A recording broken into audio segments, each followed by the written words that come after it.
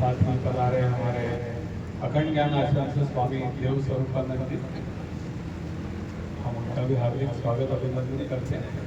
वृंदावन से पधारे हमारे स्वामी जी लक्ष्मणानंद जी और नित्यानंद जी, इनका भी हार्दिक स्वागत अभिनंदन। आपके चरणों में कोटि कोटि वंदन है।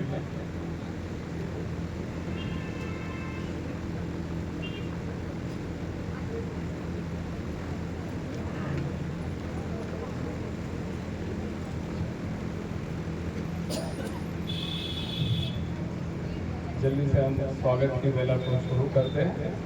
सबसे पहले मैं आमंत्रित कर रहा हूँ परम आदरणीय मनोहर जी बोरवाल जी को आए और स्वामी जी का स्वागत करें।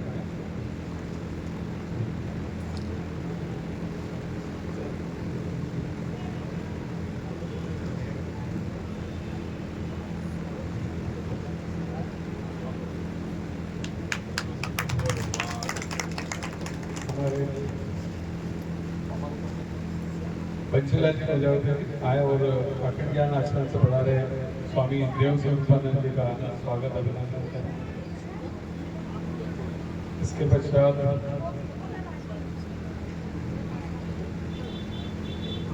हमारे संजय जी गुप्ता जी लक्ष्मणानंद जी स्वामी जी का स्वागत अभिनंदन करेंगे। सुराना जी हमारे नित्यानंद जी महाराज जी का स्वागत अभिनंदन करेंगे।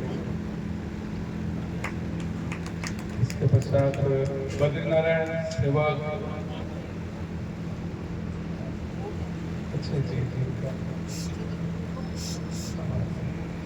मैं मनोहर जी बोरवाल साहब से निवेदन करता हूँ कि हमारे बीच पधारे अच्छा पार्थ साथी जी हमारे जो सेवा भारती प्रकल्प हवा से पधारे, मैं उनसे निवेदन करता हूँ आए और स्वामी जी का स्वागत करें।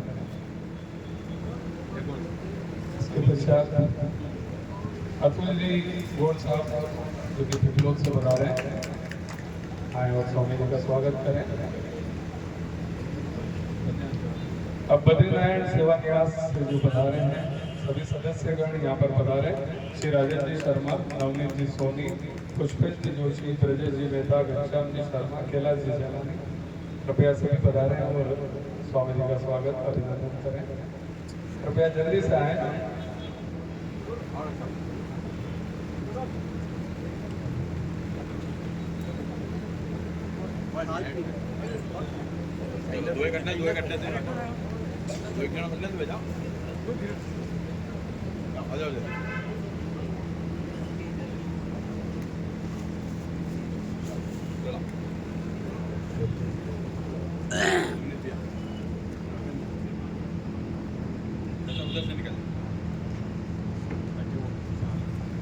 इसके पश्चात हमारे खंडेलवाल समाज से पधारे सर हमारे श्री रामेश्वर जी खंडेलवाल साहब, श्री मुरली जी खंडेलवाल आप पधारें और स्वामी जी का स्वागत करें।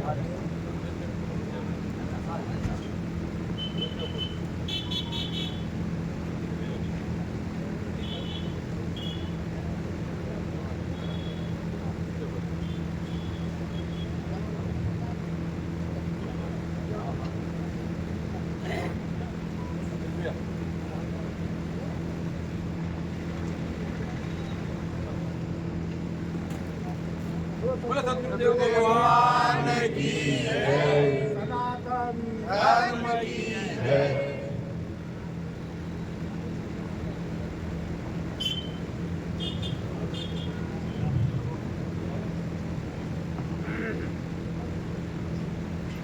इसके पश्चात अग्रवाल समाज महासभा से बता रहे श्री राजेश जी अग्रवाल, वीरेंद्र जी अग्रवाल और संजय जी गुप्ता साहब, विमल जी, संजय जी अग्रवाल जी सभी पधारे और स्वामी जी का स्वागत करें।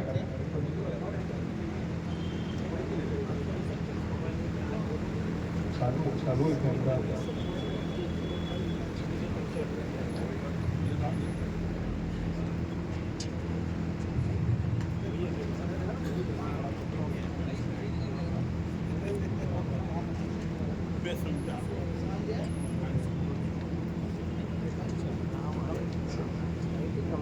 चलिए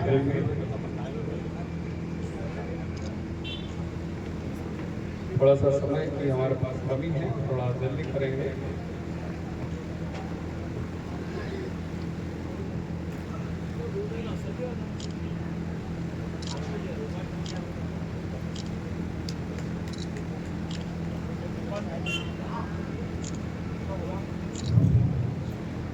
इसके पश्चात जो दामोदर वंशी जूना गुजराती दर्जे समाज है, वहाँ से पधारे सदस्यगण श्रीमान बद्रीलाल जी परिहार, गोपाल जी परिहार, मनोज जी मकवाना, विनय जी परिहार, सभी से आग्रह करता हूँ जल्दी से आए और स्वामी जी का स्वागत करें।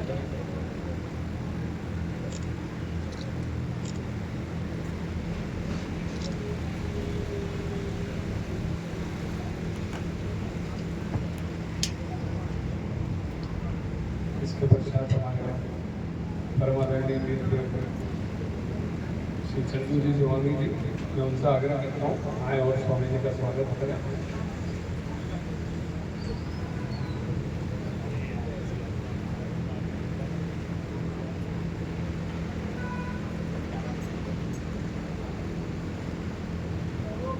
मंडी व्यापारी संघ से पधारे सभी बंधु ओम प्रकाश जी पाटीदार, रितेश जी बापना, सतीश जी जैन, पंकज जी अग्रवाल, सतीश जी पाटीदार, कमल जी माली, शुभम जी राठौर, शुभम जी सोलंकी, जगदीश जी राठौर और प्रवीण जी नागर, सभी जल्दी से स्टेज की तरफ आए, स्वामी जी का स्वागत करें।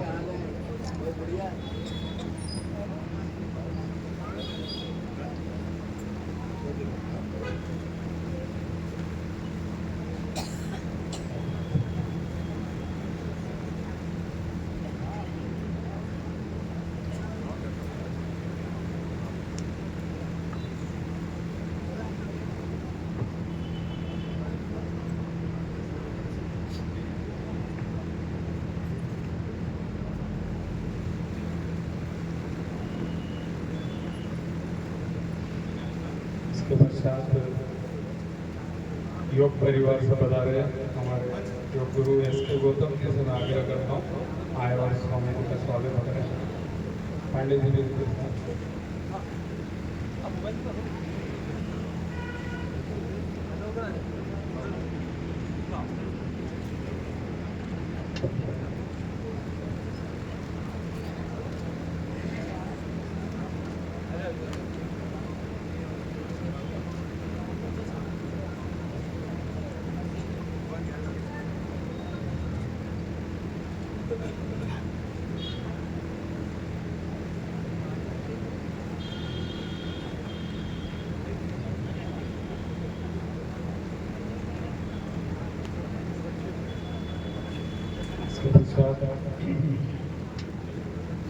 परमानंद महिला मंडल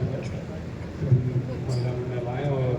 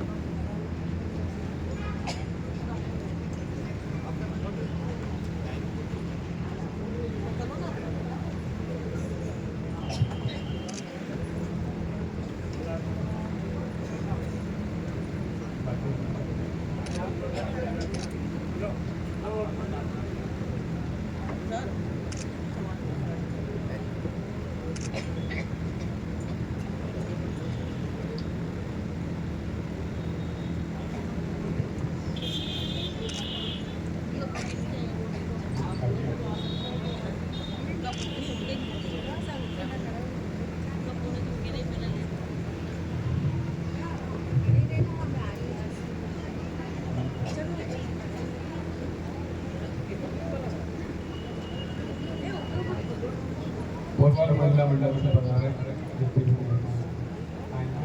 आए और स्वामी जी का स्वागत करें।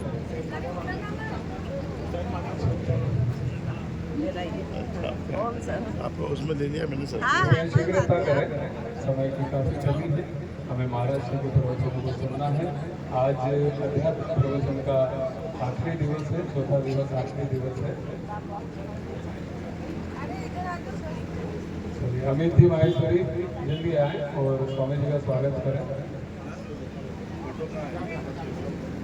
मालपानी जी आप भी बता रहे हैं।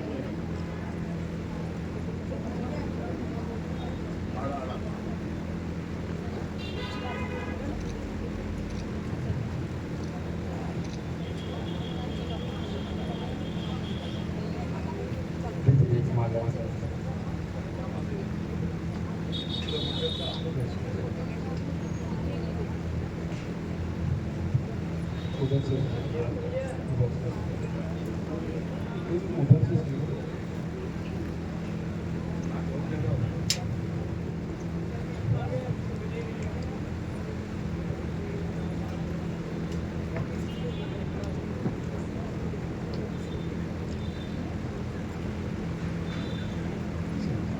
सभी अनुरोध है, निवेदन है कि अपना मोबाइल साइलेंट कर लें ताकि प्रवचन के दौरान किसी भी तरह का विघ्न न आए। कृपया सभी अपना मोबाइल साइलेंट कर लें।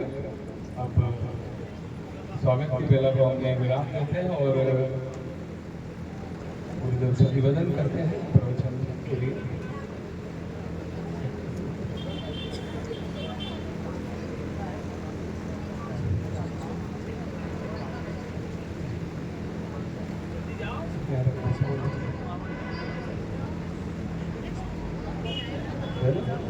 ठीक है।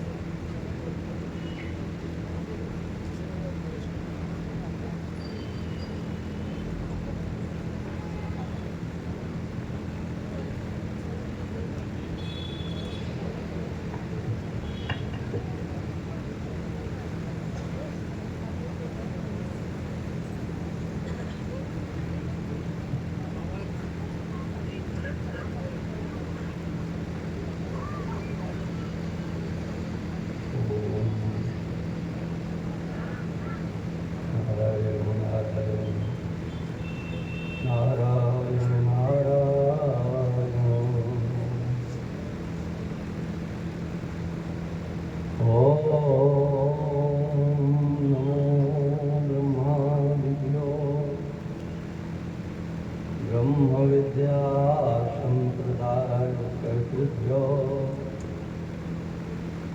वंश ऋषिभ्यो वादिभ्यो नमो गुरुभ्यः। शंकरं शंकराचार्यं केशवं वादरायणं स्तोत्रभाष्यकृतौ वन्दे भगवन्तौ पुनः पुनः।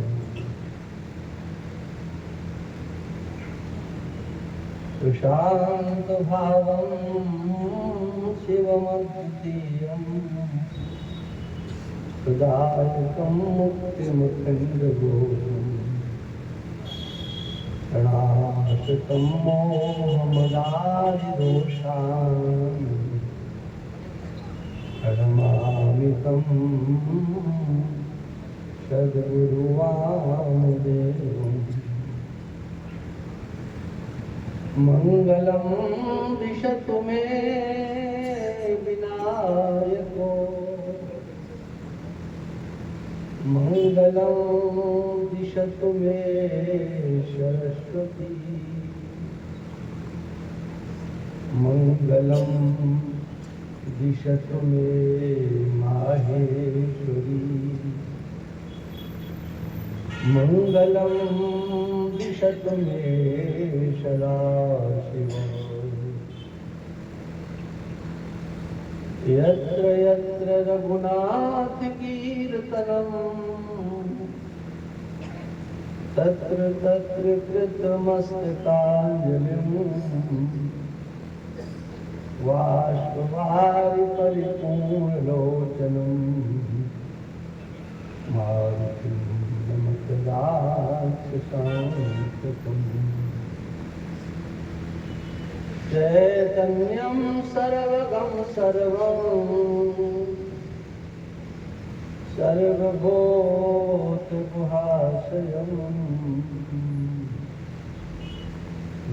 सर्वविषयातीतं तस्मै सर्वविदे नमः तस्मै सर्वविदे नमः श्रीमन्नारायण नारायण नारायण श्रीमन्नारायण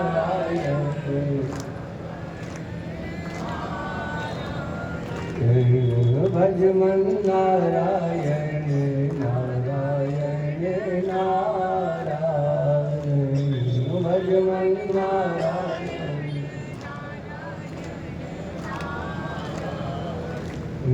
श्रीमन्नारायण नारायण नारायण श्रीमन्नारायण नारायण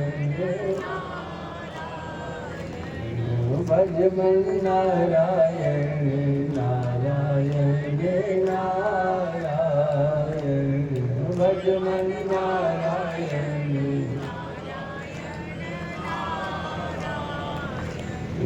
बद्री नारायण नारायण नारायण बद्री नारायण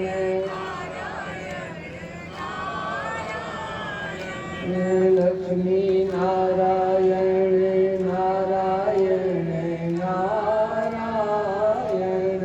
लक्ष्मी नारायण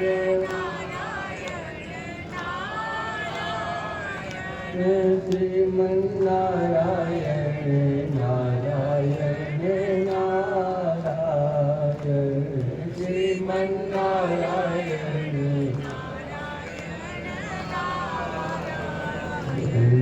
भजमन नारायण नारायण नारायण भजमन नारायण बोलिए सच्चिदानंद भगवान की श्री बालाजी महाराज की सत्य सनातन धर्म की नमः पार्वती पते हर हर महादेव।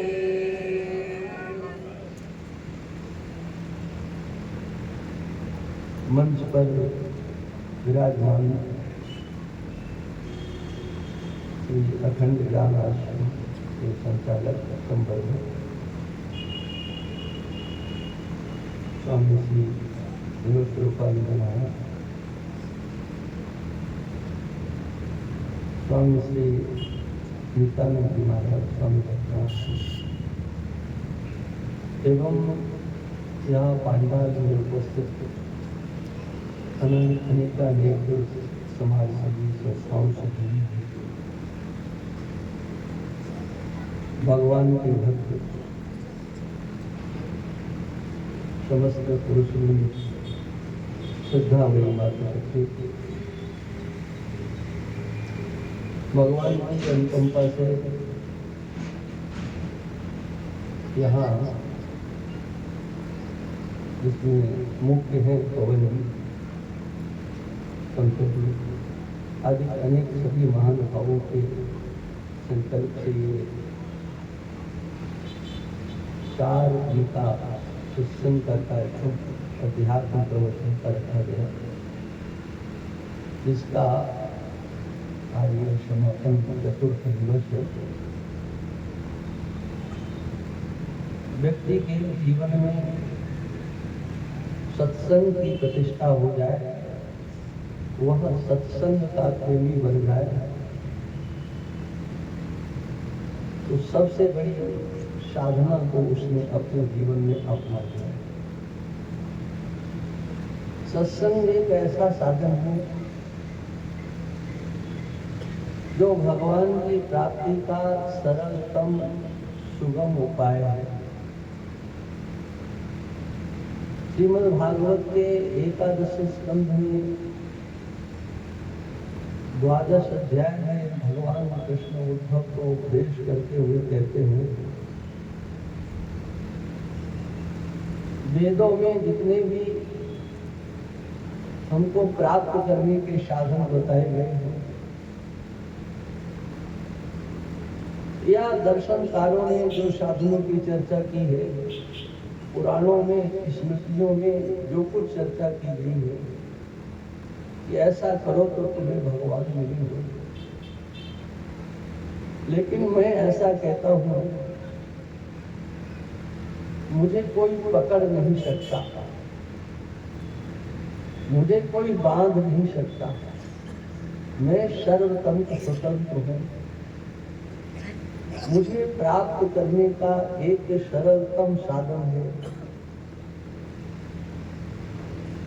और ऐसा साधन है कि जिस साधन का आश्रय लेकर के यदि मेरे को एक बार पकड़ लिया तो फिर मैं उसकी पकड़ से बाहर नहीं जा सकता। अन्य साधनों का आश्रय लेकर के भगवान हमारे आपके समक्ष आकर के दर्शन दे सकते हैं, हमारी मनोवांछित वस्तुओं को अपने अनुग्रह से, करुणा से हमें दे सकते हैं, हमारे अंतर के दुख दर्द को भगवान मिटा सकते हैं। ये सब कुछ संभव है भगवान की आराधना करने से। भारी सी भारी विपत्ति से व्यक्ति छूटता है। भगवान सब कुछ करने में समर्थ है। कर्तुम अकर्तुम अन्यथा कर्तुम सर्व समर्था ईश्वर। ईश्वर उसी का नाम होता है जो करने योग्य है उसको भी करे और जो नहीं करने योग्य है उसको भी करे। किसी से जो कार्य नहीं हो सकता है ऐसा अनुभव अद्वितीय है।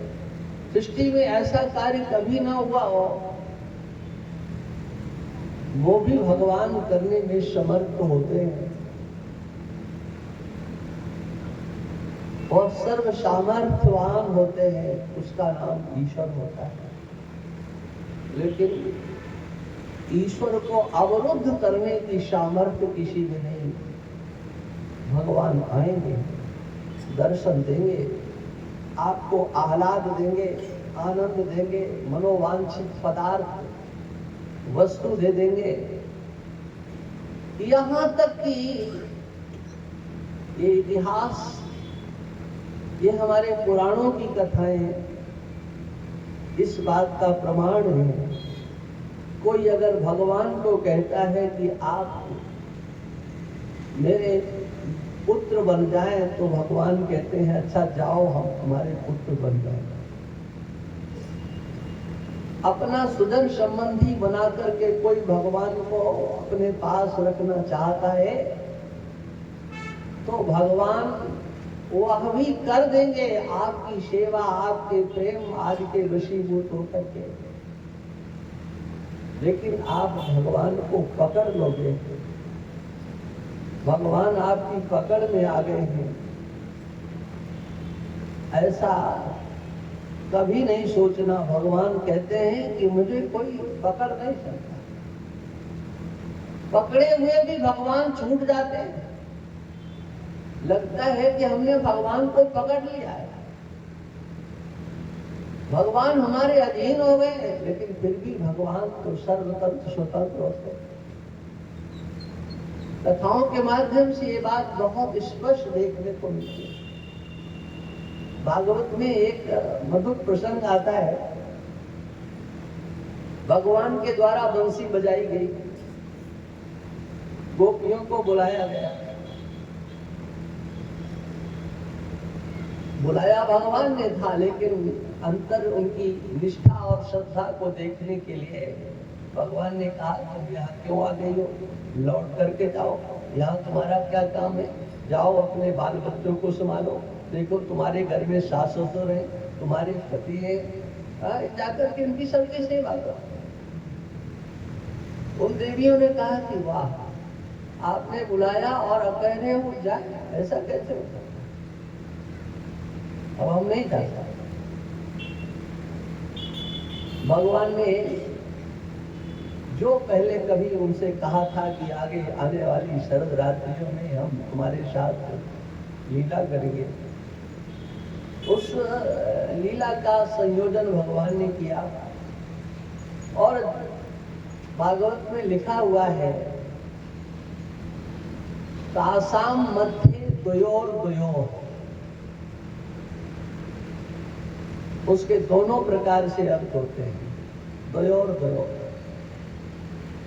दो दो के बीच में, माने एक गोपी इधर है, एक गोपी इधर है, एक ने बायां हाथ पकड़ा, एक ने दायां हाथ पकड़ा, और उसके बाद में फिर भगवान कृष्ण, माने गोपियों के दोनों हाथों से दोनों हाथ पकड़े जा चुके हैं। तासाम मध्य द्वयोर दो, दो दो गोपी के बीच में एक एक कृष्ण, या यूं कहो दो दो कृष्ण के बीच में एक एक गोपी। लेकिन हमें कहना क्या है? हमें कहना यह है कि भगवान ने किसी का हाथ नहीं पकड़ा है, भगवान के दोनों हाथ गोपियों के द्वारा पकड़े गए। गोपियों ने पकड़ा है और उन गोपियों का ध्यान चला गया, भगवान से हट गया। हाथ तो भगवान का है उनके हाथ में, लेकिन चिंतन करने लगी भगवान का नहीं, अपने सौभाग्य का चिंतन करने लगी। देखो देखो, ये हमसे कितना प्रेम करते हैं, हम कुछ हैं, अपने को ही सब कुछ समझने लगी। अगर हमारे अंदर कुछ नहीं होता तो क्या ये ऐसा करते? भगवान ने देखा कि इनके अंदर से मैं तो निकल गया, केवल इनका अहम अहम अहम, मैं। भगवान ने देखा, अरे मैं तो गया, इनके बीच में खड़ा हूं, इनको हमने अपने दोनों हाथ पकड़ा दिए और ये अपना चिंतन कर रही है, हमारा नहीं। इनको लगता है कि अरे मैंने तो भगवान को पकड़ लिया है, ये तो मेरे बस में हो गए। और गोपियां हाथ पकड़े रही और भगवान कब गायब हो गए पता ही नहीं लगा। कब हाथ छुड़ाया, कोई झटका नहीं दिया, वो हाथ खाली उनको दिखा रहे। जिस हाथ से मैंने उनका दाहिना हाथ पकड़ा था, उसने कहा मैंने तो बायां पकड़ा हुआ था, वो दाहिना हाथ, वो बायां हाथ मुट्ठी जैसी की तैसी, और भगवान कहाँ गए? ये क्या है? एक कथा तो आप सुनते हैं, आनंद आता है, लेकिन दार्शनिक धरातल पर आप समझने की चेष्टा करो इन कथाओं का दार्शनिक स्वरूप क्या है। और दार्शनिक स्वरूप वही है जिसकी मैंने सबसे पहले चर्चा की। ईश्वर को कोई अपने बस में नहीं कर सकता, वो सर्वतंत्र स्वतंत्र होते हैं, लेकिन सर्वतंत्र स्वतंत्र ईश्वर भी यदि कोई सत्संग का आश्रय लेता है, सत्संग का आश्रय लेकर के ईश्वर को प्राप्त करने की चेष्टा करता है, तो भगवान कहते हैं सत्संग के माध्यम से जिस साधक ने मेरे को पकड़ा है, समझ लो उसने अवरुद्ध कर लिया। यथा अवरुद्धे सत्संगा, सत्संग से मैं अवरुद्ध हो जाता हूँ। सत्संग के द्वारा मैं ऐसा पकड़ा जाता हूँ कि बस मैं भाग नहीं सकता हूँ, मैं कहीं जा नहीं सकता हूँ। उसके आंखों से कभी मैं ओझल नहीं हो सकता हूँ। छिपना चाहूं तो छिप नहीं सकता, दूर जाना चाहूं तो दूर नहीं जा सकता। तब जब सत्संग के माध्यम से भगवान कहते हैं मुझे पकड़ा जाता है। क्या है विशेषता? तो भगवान ने वहां पर एक बात कही कि जो सत्संग होता है वह सत्संग एक दृष्टि प्रदान करता है। सत्संग कोई मनोरंजन का साधन नहीं होता है कि चलो भाई थोड़ी देर चलते हैं और टाइम पास करते हैं। एक टाइम पास करने की वस्तु नहीं होती। सत्संग जैसा कोई साधन नहीं है।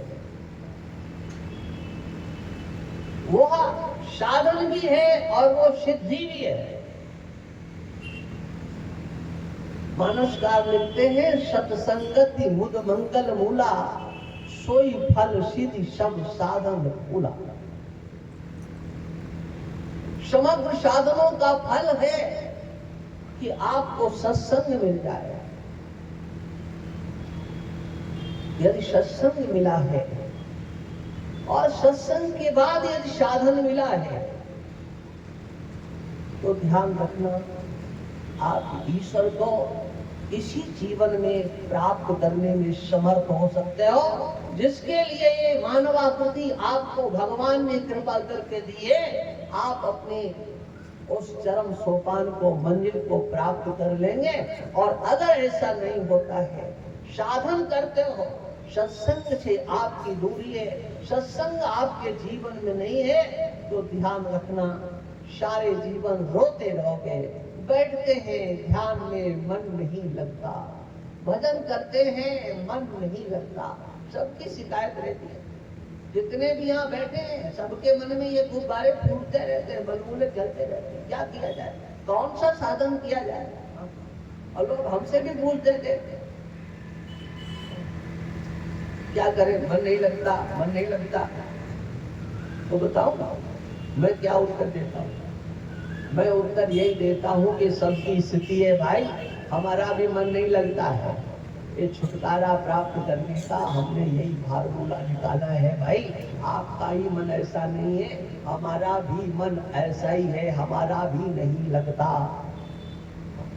जैसे लगना चाहिए उसको आपने वैसे लगाने का कभी प्रयास नहीं किया।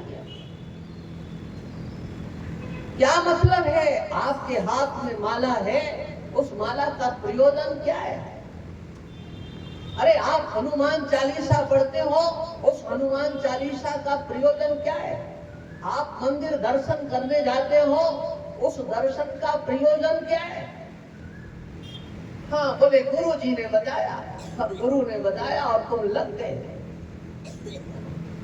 कुछ होने जाने वाला नहीं।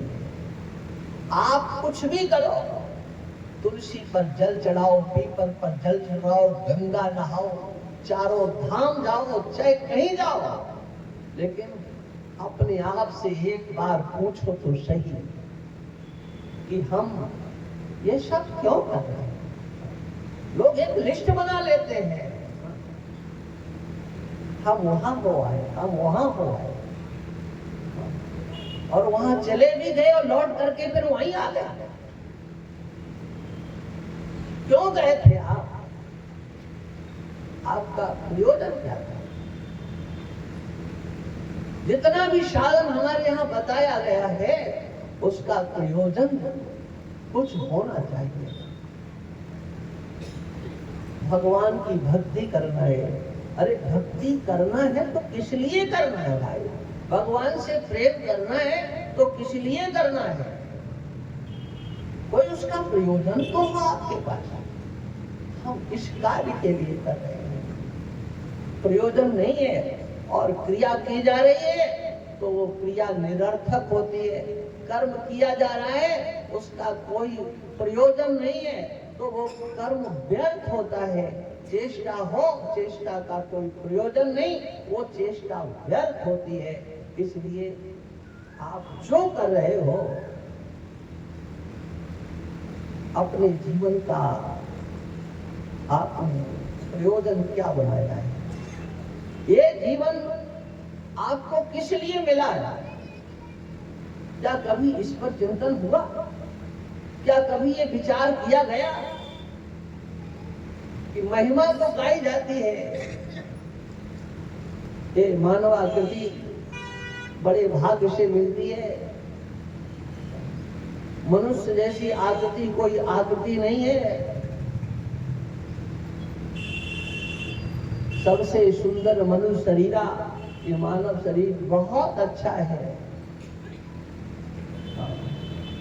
मानवाकृति की महिमा है, लेकिन उस मानवाकृति की महिमा किस लिए है भाई? नीतिकार कहते हैं आहार निद्रा भय मैथुनम च सामान्य में तत् पशुभी नराणाम। आहार सोना, भोजन करना, निद्रा माने सोना, आहार निद्रा, एक दूसरे से भयभीत होना, डर लगा रहता है, प्रेम भी होता है और भय भी होता है। ऐसा कौन व्यक्ति है जिसके अंदर भय नहीं होता? दूसरों से नहीं, अपनों से भी भय रहता है, अपनों से भी डर रहता है। ज्यादा नहीं कहूंगा क्योंकि आप सब उसमें बोले मिले हो, वो चर्चाएं करना ठीक नहीं है, लेकिन इतना अवश्य कि भय है, हमेशा भय है, हमेशा। भोजन की चिंता, भोजन भोजन भोजन, सोना है सोना है सोना है, और एक वैषयिक सुख प्राप्त करने की चेष्टा करना, जिसको कि मैथुन कहा जाता है। नीतिकार कहते हैं ये तो पशुओं में भी दिखाई पड़ता है और मनुष्यों में भी दिखाई पड़ता है। आहार निद्रा भय मैथुनम च सामान्य में तत् पशुभी नराणाम। कोई अंतर नहीं है जी। अपने संतान से प्रेम पशु भी करते हैं, पक्षी भी करते हैं, मनुष्य भी करता है। संतानोत्पत्ति की क्रियाएं समग्र पशुओं में भी है और मनुष्यों में भी है। वो सब कुछ जो पशुओं में दिखाई पड़ता है वो मनुष्य में दिखाई पड़ता है। कोई विशेषता नहीं है आपकी इस आकृति की। तब नीतिकार कहते हैं धर्मो ही तेषाम अधिको विशेषो धर्मेण हीनः पशुभिः समानः। इसी श्लोक के चतुर्थ चरण का एक भाग दूसरी तरह से भी कहा जाता है ज्ञानम ही तेषाम अधिको विशेषो ज्ञानेन हीनः पशुभिः समानः। आपके पास यदि धर्म नहीं है, धर्म का आचरण आपने नहीं किया है, तो दिखाई पड़ता हो कि हाँ ये बहुत अच्छे हैं, वेशभूषा इत्यादि से अच्छाई की अभिव्यक्ति होती हो, लेकिन धर्म नहीं तो कुछ नहीं। देखना है कि हमारे अंतर में धर्म कहाँ है। श्रीमद् भागवत में प्रथम स्कंद के प्रथम अध्याय के अंत में सूत जी से शौनकादिक ऋषियों ने नैमिषारण्य में एक प्रश्न किया और वह प्रश्न इस धरा पर जब तक भागवत की कथाएं होती रहेंगी तब तक श्रीमद् भागवत के उन ऋषियों का यह प्रश्न जीवित रहेगा। लेकिन बड़े दुख के साथ कहना पड़ता है, कथाएं तो जगह जगह होती हैं, कथावाचकों की बाढ़ आ रही है, कथाओं की बाढ़ आ रही है, श्रोताओं की बाढ़ आ रही है, लेकिन जहां सूत जी से शौनकादिक ऋषियों के द्वारा 6 प्रश्न किए गए हैं, उन 6 प्रश्नों में अन्य प्रश्नों को लेकर के तो कथाएं होती हैं, किंतु सूत से शौनकादिक ऋषियों ने जो अंतिम प्रश्न किया है, उस प्रश्न को लेकर के आज व्यास गद्दी सोनी दिखाई पड़ती है। तथा वक्ताओं का हृदय उससे सोन दिखाई पड़ता है। उनकी वाणी पर वह प्रश्न आता ही नहीं है। लेकिन भले ही कोई न कहे, किंतु व्यास भगवान की लेखनी से लिखे गए उन शब्दों को कोई मिटा नहीं सकता है। और मानव समाज तो वह प्रश्न हमेशा झकझोरता रहेगा। जब तक मानवीय सृष्टि है, तब तक मानवीय सृष्टि को वह 6ठा प्रश्न श्रीमद् भागवत का हमेशा ललकारता रहेगा। तुम्हारे पास सब कुछ है, लेकिन बताओ वो कहाँ है? शौनकादिक ऋषियों ने कहा, भगवान कृष्ण का अवतार धर्म की रक्षा के लिए हुआ, और इसकी घोषणा तो भगवान कृष्ण भगवत गीता में स्वयं करते हैं। अपने मेरे अवतार का प्रयोजन क्या है? मेरे अवतार का प्रयोजन, और उन श्लोकों को तो आप सबको याद होंगे।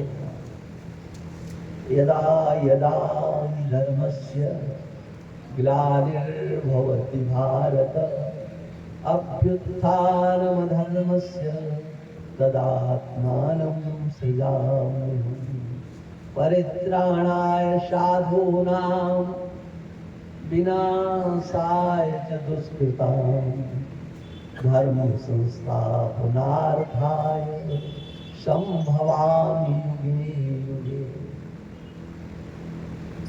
क्या प्रयोजन होगा? धर्म की स्थापना करना। ये धर्म स्थापन भगवान के अवतार का मुख्य प्रयोजन है। धर्म की स्थापना कैसे होगी? तो भगवान ने उसके लिए 2 बातें बताई हैं। धर्म की स्थापना होगी कहाँ? मानव समाज में होगी ना, मनुष्यों में होगी ना। मनुष्यों में धर्म की प्रतिष्ठा हो, इसके लिए भगवान के अवतार का उपक्रम दिखाई पड़ता है। भगवान की लीलाओं को श्रवण करना है, भगवान के नाम संकीर्तन को करके अपने को कृतकृत्य करना है, भजन गाना है, सब कुछ करना है। हम भगवान के भक्त बने। सोचो, क्या धर्म का परित्याग करके कोई भगवान का भक्त बन सकता है? स्वधर्म का त्याग कर दे और वो भक्त हो जाए। धर्म की प्रतिष्ठा पूर्वक भगवान नाम संकीर्तन, धर्म की प्रतिष्ठा पूर्वक भगवान की भक्ति, धर्म की प्रतिष्ठा पूर्वक भगवत प्रेम। हमारे अंदर धर्म तो पहले चाहिए, लेकिन आज उसकी ओर कोई देखता नहीं। और यही प्रश्न किया गया शौनकादि ऋषियों के द्वारा। स्वकाष्ठा मधुनोपे तो धर्म कम शरणम प्रता। भगवान ने अपनी लीला को समेट लिया, पूरा कर दिया। तिरोहित हो गए। जो भगवान का विग्रह सबके समक्ष था वो नहीं दिखाई पड़ता है। लेकिन ये बताओ, आज धर्म की रक्षा कौन कर रहा है? धर्मः कम शरणं गतः। धर्म किसकी शरण में गया है? रक्षा करने के लिए आए थे ना भगवान, धर्म की रक्षा करने। रक्षा भगवान ने कर दी, धर्म की प्रतिष्ठा भगवान ने की, लेकिन प्रतिष्ठा जहां की मानव जाति में, क्या आज वह उसकी रक्षा कर रहा है? कौन है जो धर्म की रक्षा कर रहा है?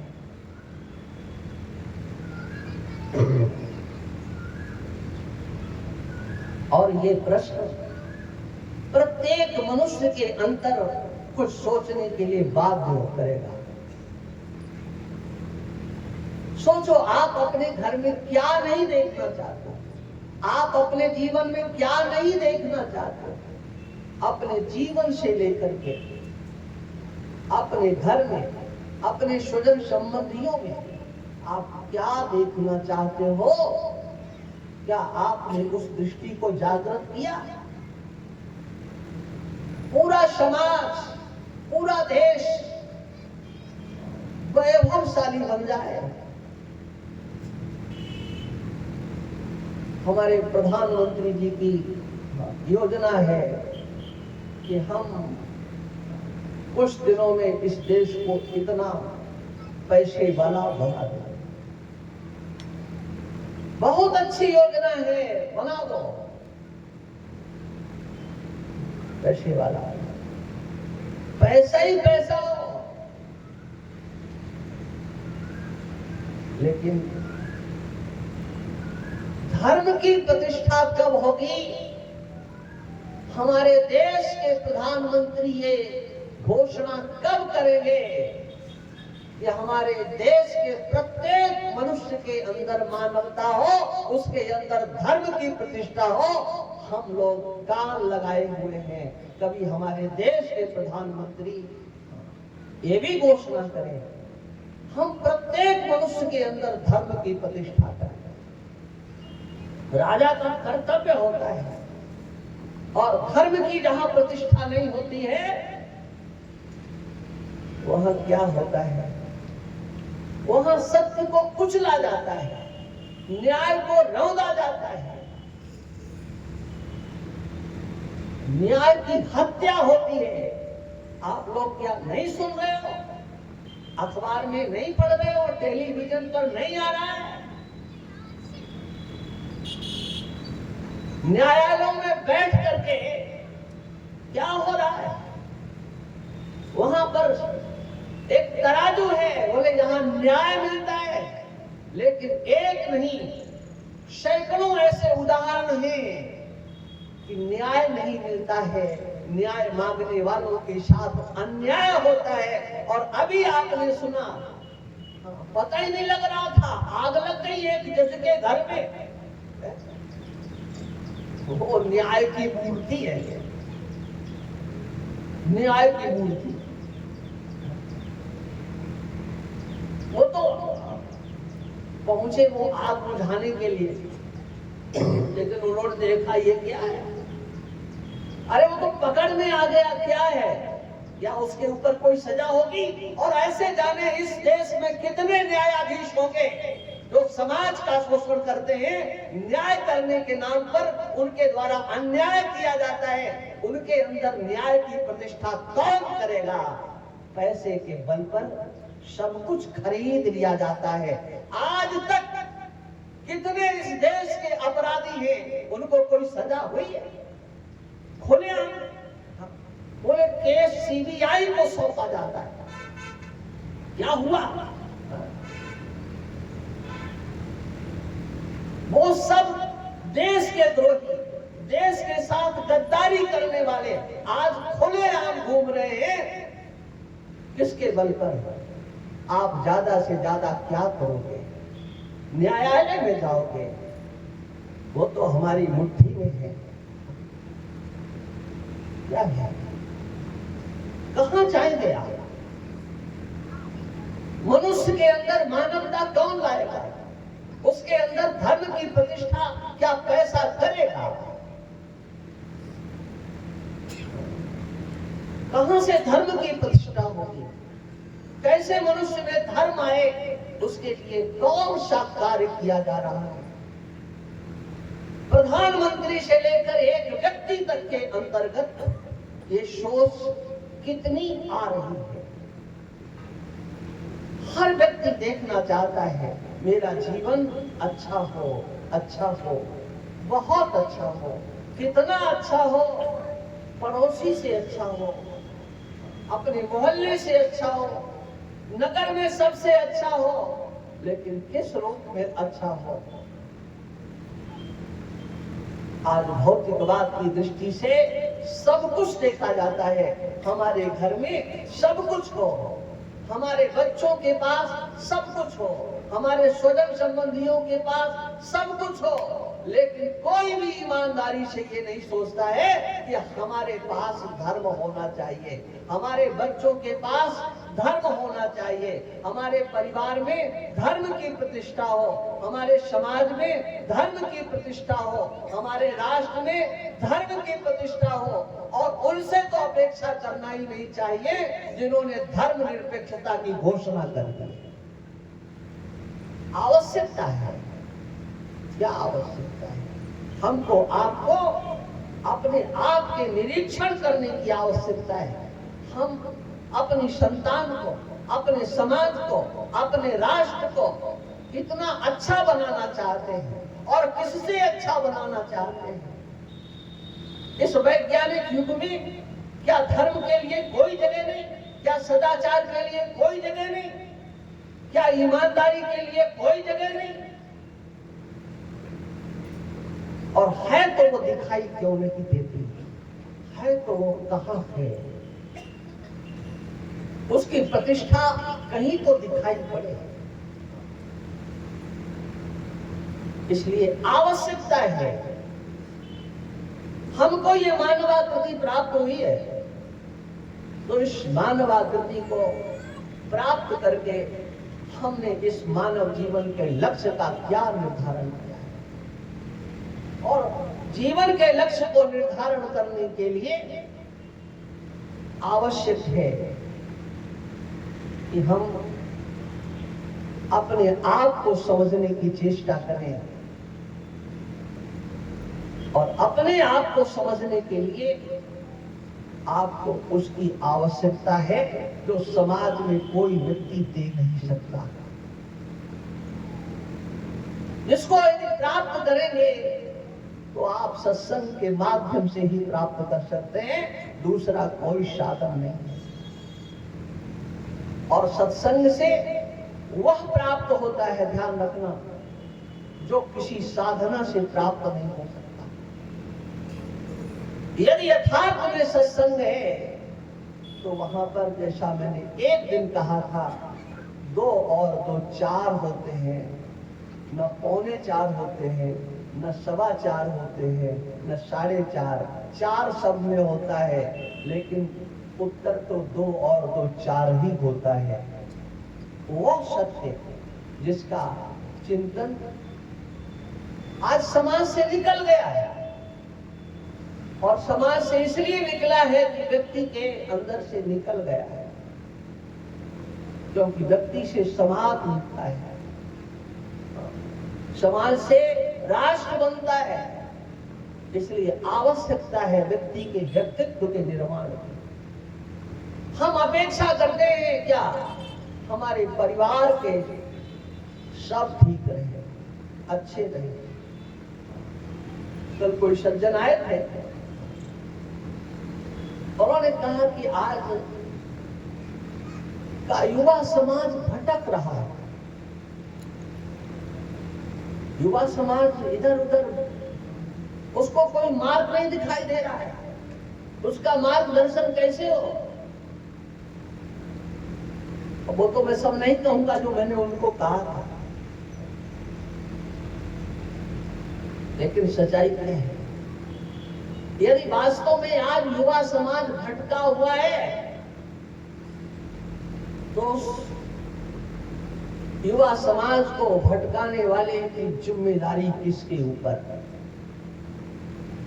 किसने भटकाया है? किसी ने नहीं भटकाया है, ध्यान रखना। और अगर भटकाया है, युवा समाज अगर बर्बादी की ओर जा रहा है, तो उसके बर्बादी का सोपान है उनके माता और पिता, उनका घर, उनके घर वालों की चिंतन, उनके घर वालों की सोच। ये लगता है आपको अच्छा तो नहीं लगेगा, लेकिन कटु सत्य यही है। आप सोचते हो कि हमारे बच्चों के संस्कार अच्छे हों, लेकिन जहां शिक्षा देने की नीति आती, बात आती है, तब आप क्या सोचते हो?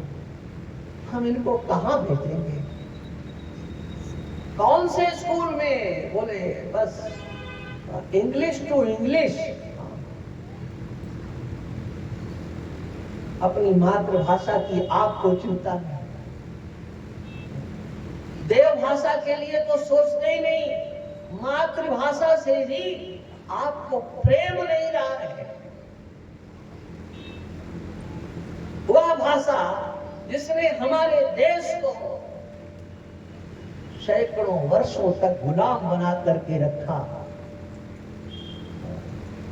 उस मातृभाषा से आपका प्रेम, और वो मातृभाषा, वो आंग्ल भाषा, वो विदेशी भाषा हमारे बालकों को क्या दे सकती है?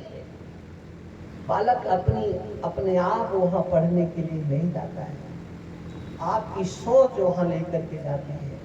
आपके अपने घर के वातावरण को देखो, आप अपनी संतति को बनाने के लिए, आप अपने बालकों को, बालिकाओं को अच्छा बनाने के लिए, बताओ प्रातः काल से लेकर के, प्रातः उठने से लेकर के सोने तक क्या क्या करते हो? आपके बालकों की सोच अच्छी बने, बच्चों के संस्कार, बालिकाओं के संस्कार अच्छे बने, घर में आपके द्वारा कितना अच्छा आचरण किया जाता है, आप कैसा व्यवहार करते हो, इसका प्रभाव आपके बालकों के ऊपर पड़ता है। आपकी संतति उसे देखती है। बालक आपकी गोद में आया है, माताएं तो सोचती हैं बच्चे तो बच्चे हैं, ये कुछ समझते नहीं है। गोद का बालक क्या समझता है? अरे गोद का बालक नहीं समझता है, आज तो विज्ञान ने ये सिद्ध कर दिया है क्या, गर्भ का बालक सब कुछ समझता है। जो गर्भ में शिशु होता है, उसके पास भी प्रज्ञा होती है, उसके पास भी अक्ल होती है, बुद्धि वहां पर होती है। बहुत वर्षों की बात है, लगभग 80 के दशक की बात है। सुनाम धन्य पूज्यपाद भ्राता स्मरणीय स्वामी राम सुखदास जी महाराज, उन्होंने एक अमेरिका से कैसेट मंगाई थी। बहुत मोटी कैसेट होती थी, इतनी ऊंची, आजकल तो सब पेन ड्राइव में चल रहा है। अमेरिका से वो कैसेट आई थी, और उस समय मशीनें भी कम होती थी। उसमें एक अमेरिका के डॉक्टर ने एक फिल्म बनाई थी, जिस समय गर्भ में वो बच्चा जिसकी हत्या की जाती है, जिसको भ्रूण कहा जाता है, भ्रूण हत्या बोलते हैं, उस समय उसकी स्थिति क्या होती है, उसका चित्रण था वहां पर उसमें। और उस डॉक्टर ने जब वो सब कुछ बनाया, देखा बाद में, तो उसकी आंखें बंद हो गई, उसके हाथ पैर कांपने लगे, और उसने निर्णय किया, आज के बाद ये काम हम कभी नहीं करेंगे। और दृश्य क्या था? वो पूज्य हमारे गुरुदेव वृक्ष शिरोमणि जी महाराज के पास में उस कैसेट को भेजा गया, महाराज आप इसका प्रचार करो, गर्भपात नहीं होना चाहिए, गर्भ में शिशुओं की, बालक बालिकाओं की हत्या नहीं होना चाहिए, ये महापाप है। और उसमें दिखाया गया था कि वह शिशु शांत अवस्था में है, लेकिन जैसे ही यंत्र अंतर में प्रवेश करता है, उस शिशु को लगता है कि कोई आ गया है। कौन आ गया? मैं अकेला या कौन आ गया? और वो हलचल, उसमें हलचल शुरू होती है, और जैसे जैसे वो यंत्र उसको काटने के लिए उसके शरीर के पास जाता जाता, वैसे ही वो छटपटाता है, वो परेशान होता है, वो बचने की चेष्टा करता है, उसके अंगों में शिकुड़न, अनेक प्रकार की चेष्टाएं होती हैं, लेकिन बेचारा कर क्या सकता है? ये मैं इसलिए कह रहा हूं, तो कहते बच्चे तो गोद में हैं, कुछ नहीं जानते हैं। आप जानते हो, बालक कुछ नहीं जानते, लेकिन उसका जो आंख है ना, उसकी आंख, वह उसका कैमरा होता है, वो उससे आपकी चेष्टाएं देखता है, और वो फोटो अंतर में मिटती नहीं है। और वो चेष्टाएं उनको अभिव्यक्त करने का जब समय आता है, तो व्यवहार में वो चेष्टाएं दिखाई पड़ने लगती है। कहते इसको तो ये सिखाया नहीं गया। अरे सिखाया नहीं गया, बहुत कुछ उसने देखा है। अभिमन्यु ने गर्भ में चक्रव्यूह भेदन करने की विद्या को सीख लिया था। प्रहलाद ने गर्भ में नारद के उपदेश को सीख करके ब्रह्म विद्या प्राप्त कर ली थी। अष्टावक्र ने वेदों का विज्ञान गर्भ में प्राप्त किया था। सुखदेव को गर्भ में वैदिक विज्ञान का स्फुरण हुआ था। हमारे पूज्य महाराज श्री के नाम के एक ऋषि थे, जिनका नाम था वामदेव। वह ऋषि गर्भ में उस विज्ञान को प्राप्त करते हैं। मैं ही सब कुछ हूं, मेरे सिवा कुछ नहीं है। गर्भ में कुछ नहीं होता। अरे गोद में सब कुछ होता है, गोद में नहीं, गर्भ में सब कुछ होता है। वहां पर आपके द्वारा सुने गए शब्द, उन शब्दों की पहुंच उस बालक तक जाती है। आपको लगता है बालक हो या बालिका, वो तो माता के उदर में है, उसे क्या पता है? आप अपने आचार विचारों से शोध हो जाते हैं। आप अपने जीवन को जैसे संतुलित समाज बनाना चाहिए, आप नहीं बना पाते हो। आप तो समझते हो कि बच्चा अब कुछ सीखने लायक हो गया है, तो उसे आप पढ़ाना शुरू करते हो। ABC, गिनती पढ़ाते हैं, 1 2 3। अरे 1 2 नहीं पढ़ाएगा, सबसे पहले 1 2 3। ये क्या सोच है? इस समाज को आप कहां ले जाना चाहते हो? और कहते हो कि भारत भूमि से हमारा प्रेम हो, भारत माता की हम जय बोले, लेकिन आप अपने बालकों को कहां लेकर के जा रहे हो? वो बालक जो बहक रहे हैं, उसके बहकने का जिम्मेदार कोई नहीं है, आज का समाज है। आज जो बालक कहीं अच्छे दिखाई पड़ते हैं, वो धन्यवाद देने के पात्र हैं। आने वाली पीढ़ी को, या जो आपके गोद में, आपके आंखों के सामने है, आप स्वयं विचार करो। हमने अपने पुत्रों को, अपने पुत्रियों को अच्छे से अच्छा बनाने के लिए कौन सा आचरण शुरू किया, कौन सा व्यवहार हमने किया, क्या अच्छा किया है? वो आपके आचरण से शिक्षा लेंगे, आपकी वाणी से शिक्षा लेंगे। इसलिए आवश्यकता है हमको, आपको ये समझने की क्या कि हम कहां खड़े हुए हैं। हमारे जीवन में धर्माचरण कितना है, धर्म का आश्रय हमने कितना लिया हुआ है। सुबह से शाम तक हमारे जीवन में कितना धर्म है। हम अपना हिसाब लगाते हैं। क्या हिसाब? चाहे वो मंडी के व्यापारी हो, चाहे वो फुटकर में काम करने वाले हो, कितना कमाया, कितना कमाया, इस वर्ष में कितना कमाया। लेकिन क्या कभी अपने जीवन के संबंध में सोचते हो? हमने प्रातः काल से लेकर के सायं काल तक, एक महीने में, एक वर्ष में क्रियते धर्म संग्रह, धर्म का संग्रह करना चाहिए। बताओ आपने धर्म का संग्रह कितना किया है? धन का संग्रह किया है, उस धन के बल पर आप देश में भ्रमण करते हो, विदेशों में भ्रमण करते हो, और केवल विदेशों का भ्रमण कोई प्रयोजन नहीं। जाने कितने लोग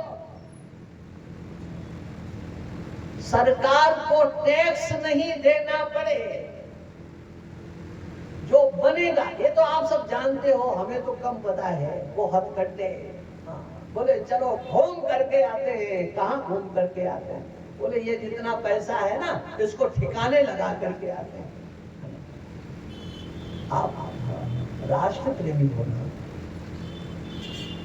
कहाँ उस अर्थ को खर्च करते हो? विदेश जाने में क्या लेकर के आप आए? आपको मिला क्या? केवल एक नया अहंकार। हम इतने देशों की यात्रा अभी तक कर लिए, क्या मिलता है उससे? लेकिन आपके अपने अहंकार की पुष्टि करना है। हम कोई सामान्य नहीं है, लेकिन अहंकार तो इस बात का होना चाहिए कि हमने अपने जीवन में प्रातः काल से लेकर के सायंकाल तक कितने वर्षों में कितने धर्म का संग्रह किया है। धर्म का संग्रह करो। धर्म वह वस्तु है जो तुम्हारा साथ देगा। जानते हो, एक दिन ऐसा आएगा जिस दिन तुम्हारा धन, तुम्हारा परिवार, तुम्हारा समाज, कोई तुम्हारा साथ नहीं देगा। और उस समय अगर तुमने धर्म का संग्रह किया है तो तुम्हारा धर्म तुम्हारे सामने खड़ा होगा। चिंता मत करो, हम तुम्हारे साथ रहेंगे। धर्मानुगो गच्छति जीवयेगा। धर्म वह है जो यहाँ से लेकर के परलोक तक हमारा साथ लेता है, और उसका प्रयोजन होता है हमारे आपके जीवन में किसी भी प्रकार का कष्ट नहीं आए। धर्म हमको विपत्तियों से छुड़ाता है। धर्म हमारी परलोक में रक्षा करता है, और परलोक में नहीं, धर्म हमारी समाज में रक्षा करता है, हमारे व्यक्तित्व की रक्षा करता है। और इतना ही नहीं, हमारे सनातन धर्म का जो धर्माचरण है उसकी एक विशेषता है कि वह धर्माचरण वैयक्तिक दिखाई देते हुए भी वो सार्वभौम होता है। हमारे सनातन धर्म के आचार्यों के द्वारा जो भी धर्म का आचरण बताया गया व्यक्ति के लिए करणीय होता है, लेकिन करणीय होते हुए भी दिखाई पड़ता है कि यह व्यक्तिशः है, यह अपने लिए कर रहा है। लेकिन बताओ, उसके धर्माचरण की आवश्यकता समाज को होती है कि नहीं? कौन ऐसा व्यक्ति है जो धर्मात्मा के धर्माचरण को अच्छा नहीं समझता है? कोई व्यक्ति सत्य बोलता है तो बताओ, दूसरों को लाभ होता है या हानि? उसके सत्यवादिता से दूसरों को दुख होता है क्या? हाँ, उसको कष्ट हो सकता है, लेकिन उसके सत्यवादिता से किसी का शोषण नहीं हो सकता है।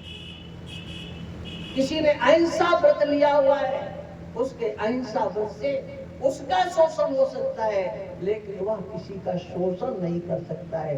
इसलिए हमारा जो सनातन धर्म है वह वैयक्तिक दिखाई देते हुए भी सार्वभौम उसकी आवश्यकता दिखाई पड़ती है।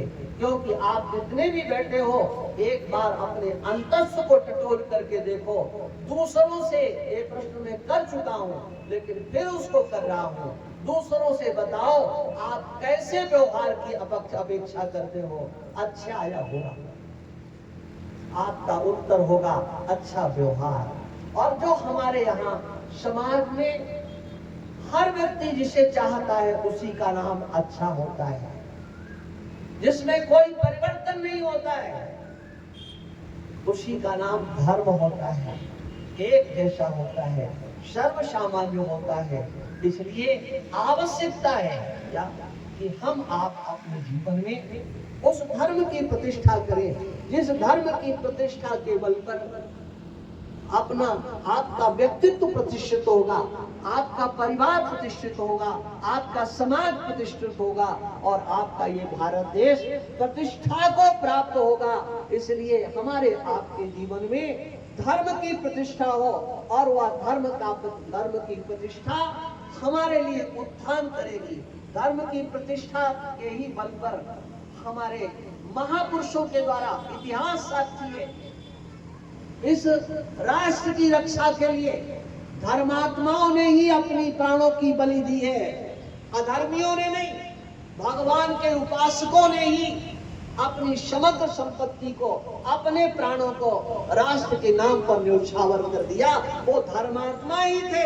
आप इतिहास उठा करके देखो, जब जब राष्ट्र पर संकट आया है तब तक धर्मात्माओं के द्वारा ही राष्ट्र और समाज की रक्षा की गई है। इसलिए हम आप सबसे अपेक्षा करते हैं क्या कि हम लोग कटिबद्ध होकर के सनातन धर्मी बन करके अपने जीवन का एक मार्गदर्शन स्वयं में करते हुए और परलोक की यात्रा तक के लिए जिसके लिए ये जीवन मिला है उसके लिए हम लोग आगे बढ़े।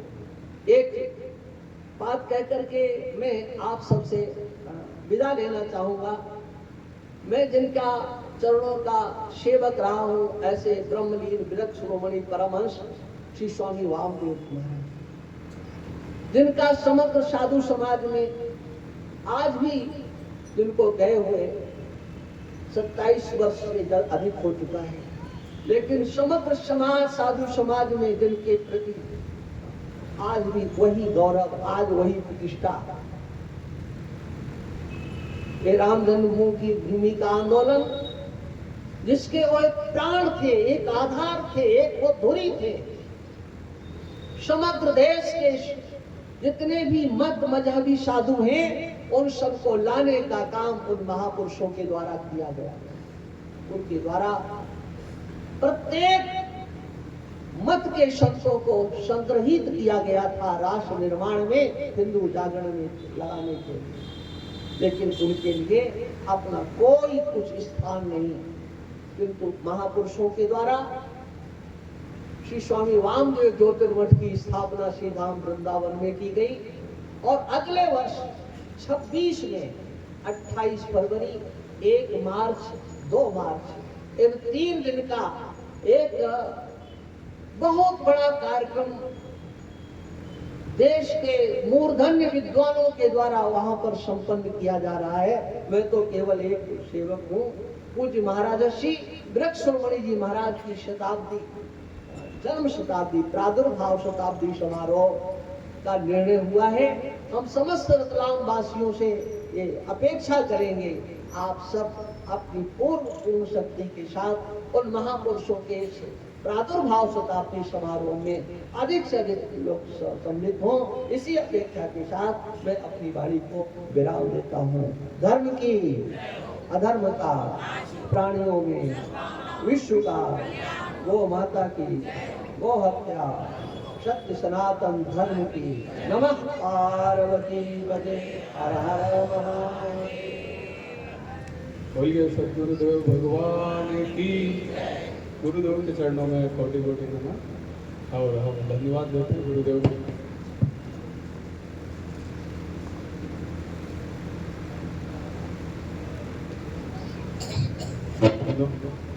उन्होंने 4 दिवसीय जो अध्यात्म प्रवचन हमें यहाँ देकर सबको जो आशीर्वाद स्वरूप जो हमें प्रवचन दिए, उससे निश्चित ही हमारे जीवन में बहुत सकारात्मक परिवर्तन आएगा, बहुत बदलाव आएगा।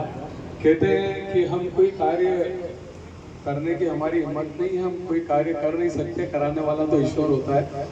निश्चित ही हमारे जीवन में कुछ अच्छे कर्म हमारे हुए होंगे, अच्छा भाग्य हमारा होगा हमारे सभी मित्रों का, जिस कारण ये आयोजन को हम कर पाए। तो हम ईश्वर को धन्यवाद देते हैं कि उन्होंने इस कार्य के लिए हमें चुना। और महाराज श्री को कोटि कोटि धन्यवाद प्रणाम। हम चाहेंगे महाराज श्री का इस तरह और भी समय हमें आगे मिलता रहे। 4 दिवस में तो अध्यात्म को समझना बहुत मुश्किल है, जैसे महाराज श्री ने कहा, ये एक बहुत बड़ा विषय है जिसको समझने में हमें सालों लग सकते हैं, लेकिन ये उसका एक छोटा सा स्वरूप था जो महाराज श्री ने हमारे साथ रखा। तो निश्चित ही हमारे जीवन में और भी बहुत अच्छे बदलाव इससे प्रवचन से आएंगे। तो सभी को बहुत बहुत धन्यवाद। हम महाराज श्री का स्वागत करेंगे। जो आयोजक है परमानंद सोशल क्लब से पधारे सभी मित्र कृपया जल्दी से आ जाए। हम महाराज श्री का चरण वंदन करेंगे, उनका स्वागत करेंगे। ज्यादा समय न लगाया जी जाए। और उसके पश्चात हमारे एक और आयोजक है जो इस प्रोग्राम के, इस आयोजन के मेहंदी कोई बालाजी के सभी सदस्य का, वो भी इसके पश्चात परमानंद के पश्चात आई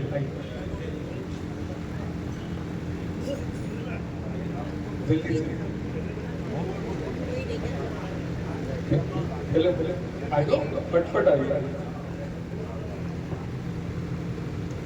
आई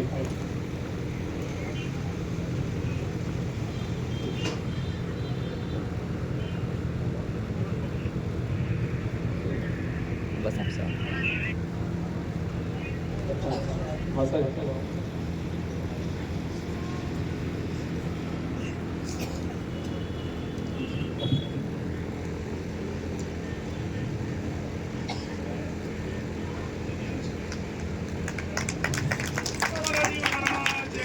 जय भगवान की जय।